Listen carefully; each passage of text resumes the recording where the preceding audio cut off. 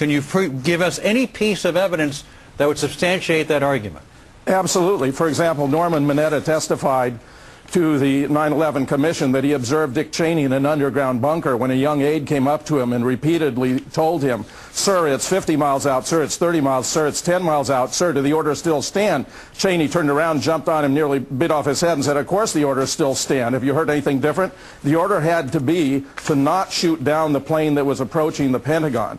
After all, the order should have been to shoot it down. Shooting it down would be the obvious thing to do when you consider that you're going to lose the passengers in the plane if you shoot it down, but if you don't, you're going to use the passengers in the plane and also, of course, all the personnel and property at the target. Hey, Prof, let me ask you, I want to go back to something in the exchange that you and Alan just had a moment ago. In fairness to our producers, when they talked to you earlier, you said that courses are being taught in which these conspiracy theories are advanced to the students. Am I correct? No, you're not correct. Okay. What I said to him was in courses on critical thinking, sometimes issues related to, for example, tax cuts or global warming or reasons for going to war in Iraq might be discussed as examples, but I know of no courses as such that are being taught that way. So let me ask, how big is this group of professors that you've put together, that this organization you've formed, that gives credence, if you will, to the theory you just advanced about 9/11?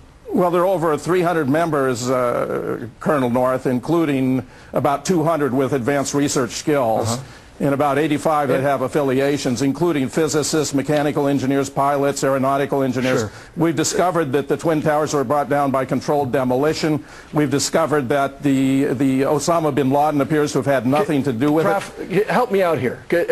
Having been involved in a couple of controversial undertakings over my years in government service, how many people in the government were part of this conspiracy that you envision? Hundreds, thousands? No, Ollie. I think it's a small number. You know about classified, controlled operations where everything's compartmentalized. Yeah. Do you know, Ollie, that the FBI has confirmed that they have no hard evidence relating Osama bin Laden to the events of 9/11? Are you aware of that? FBI says it has no hard evidence connecting bin Laden to September 11th. By Ed Haas. Muckraker Report, June 6, 2006. This past weekend, a thought-provoking email circulated through internet news groups and was sent to the Muckraker Report by Mr. Paul V. Sheridan, winner of the 2005 Civil Justice Foundation Award, bringing attention to the FBI's most wanted terrorist webpage for Osama bin Laden. In the email, the question is asked, why doesn't Osama bin Laden's most wanted poster make any direct connection with the events of September 11, 2001? The FBI says on its bin Laden webpage that Osama bin Laden is wanted in connection with the August 7, 1998 bombings of the United States embassies in Dar es Salaam, Tanzania, and Nairobi, Kenya. According to the FBI, these attacks killed over 200 people. The FBI concludes its reason for wanting bin Laden by saying, in addition, bin Laden is a suspect in other terrorist attacks throughout the world. On June 5, 2006, the Muckraker Report contacted the FBI headquarters, area code 202-324-3000, to learn why bin Laden's most wanted poster did not indicate that Osama was also wanted in connection with September 11. The Muckraker Report spoke with Rex Toom, Chief of Investigative Publicity for the FBI. When asked why there is no mention of September 11 on bin Laden's most wanted webpage, Toom said, the reason why September 11 is not mentioned on Osama bin Laden's most wanted page is because the FBI has no hard evidence connecting bin Laden to September 11. Surprised by the ease in which this FBI spokesman made such an astonishing statement, I asked how this was possible. Toom continued, bin Laden has not been formally charged in connection to September 11. I asked, how does that work? Toom continued, the FBI gathers evidence. Once evidence is gathered, it is turned over to the Department of Justice. The Department of Justice then decides whether it has enough evidence to present to a federal grand jury. In the case of the 1998 United States embassies being bombed, bin Laden has been formally indicted and charged by a grand jury. He has not been formally indicted and charged in connection with September 11 because the FBI has no hard evidence connected bin Laden to September 11. It shouldn't take long before the full meaning of these FBI statements start to prick your brain and raise your blood pressure. If you think the way I think, in quick order you will be wrestling with a barrage of very powerful questions that must be answered. First and foremost, if the U.S. government does not have enough hard evidence connecting bin Laden to September 11, how is it possible that it had enough evidence to invade Afghanistan to smoke him out of his cave? The federal government claims to have invaded Afghanistan to root out bin Laden and the Taliban. Through the talking heads in the mainstream media, the Bush administration told the American people that Osama bin Laden was public enemy number one and responsible for the deaths of nearly 3,000 people on September 11, 2001. Yet nearly 5 years later, the FBI says that it has no hard evidence connecting bin Laden to September 11th. Next is the bin Laden confession video that was released by the U.S. government on December 13, 2001. Well, Osama bin Laden himself claims that. I mean, they didn't manufacture those tapes. Most Americans remember this video. It was the video showing bin Laden with a few of his comrades recounting with delight the September 11th terrorist attacks against the United States. The Department of Defense issued a press release to accompany this video in which Secretary of Defense Donald Rumsfeld said there was no doubt of bin Laden's responsibility for the September 11th attacks before the tape was discovered. What Rumsfeld implied by his statement was that bin Laden was the known mastermind behind September 11th even before the confession video, and that the video simply served to confirm what the U.S. government already knew, that bin Laden was responsible for the September 11th attacks. In a BBC News article reporting on the September 11th confession video release, President Bush is said to have been hesitant to release the tape because he knew it would be a vivid reminder to many people of their loss.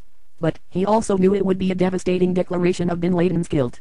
"We're going to get him," said President Bush. "Dead or alive, it doesn't matter to me."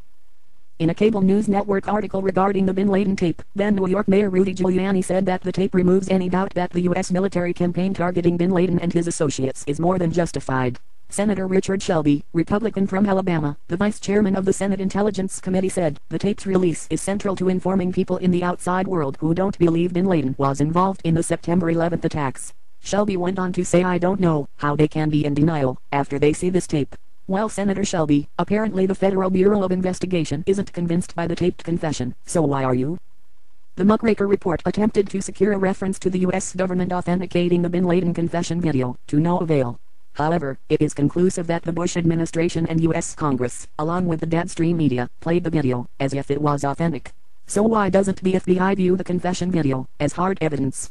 After all, if the FBI is investigating a crime such as drug trafficking, and it discovers a video of members of a drug cartel opening talking about a successful distribution operation in the United States, that video would be presented to a federal grand jury. The identified participants of the video would be indicted, and if captured, the video alone would serve as sufficient evidence to net a conviction in a federal court. So why is the bin Laden confession video not carrying the same weight with the FBI? Remember, on June 5, 2006, FBI spokesman, Chief of Investigative Publicity Rex Toom said, the FBI has no hard evidence connecting Osama bin Laden to September 11th. This should be headline news worldwide.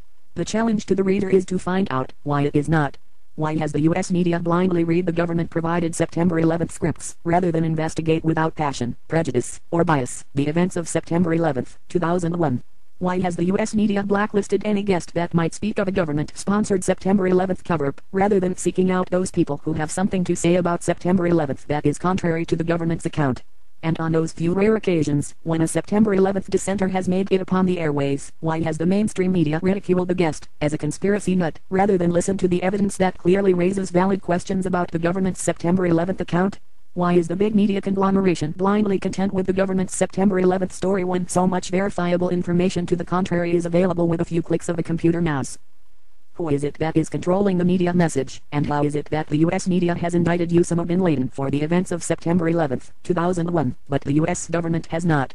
How is it that the FBI has no hard evidence connecting Osama bin Laden to the events of September 11th, 2001, while the U.S. media has played the bin Laden, September 11th connection story for 5 years now, as if it has conclusive evidence that bin Laden is responsible for the collapse of the Twin Towers, the Pentagon attack, and the demise of United Flight 93? No hard evidence connecting Osama bin Laden to 9/11. Think about it. Freelance writer, author, Ed Haas, is the editor and columnist for the Muckraker Report. Get smart. Read the Muckraker Report. worldwideweb.teamliberty.net. Well, Osama bin Laden himself claims that. I mean, they didn't manufacture those tapes.